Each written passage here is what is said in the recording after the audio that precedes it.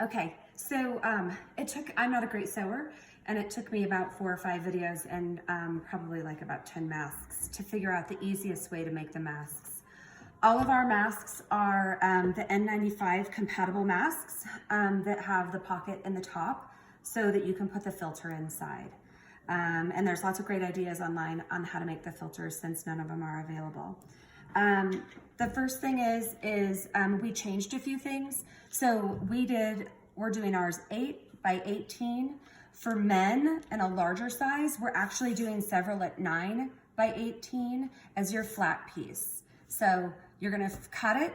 The next thing you're gonna do is iron, and then we'll sew. So on the iron, you're gonna take your iron and you're gonna do about a 1/4 inch on each side and ironing it down. This is a no sewing job. And then you're gonna also do a 1/4 inch on the bottom. The top is a little different. You're actually gonna fold it over twice. You're gonna fold it over once, iron and press, and you're gonna fold it over a second time, iron and press. And that's where you're gonna take your materials and be able to slip in your pipe cleaner. So the next part actually requires the sewing machine.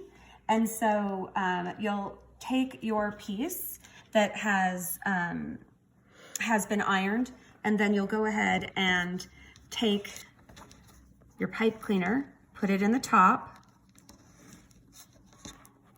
and you're gonna wanna sew along the bottom edge here.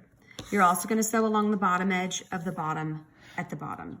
This pipe cleaner will always need to be tucked back in, so I haven't found anything magic for that. So when you get that done, your first sewing pieces are gonna look like this. You've got it sewed here. Don't forget to go back and forth or a back stitch on each side, on the top and the bottom. That's super important so that it doesn't come apart. And then you're gonna take your piece that you've already sewn at the top and the bottom, and you're gonna do 3 pleats. 1, 2, 3, cheating a little bit because it's already been pleated. Takes a little bit of time to figure out the right pleat. I pin mine, and I'm gonna grab a pinned one over here. Again, you can see that little sneaky guy coming right out on that side. The next part is your elastic. Again, we changed ours up a little bit. As you can see right here, our elastic is 10 inches. We've found that for multiple wears and also for it to be nice and strong, it's good to bring your elastic in almost a 1/4 to a 1/2 inch.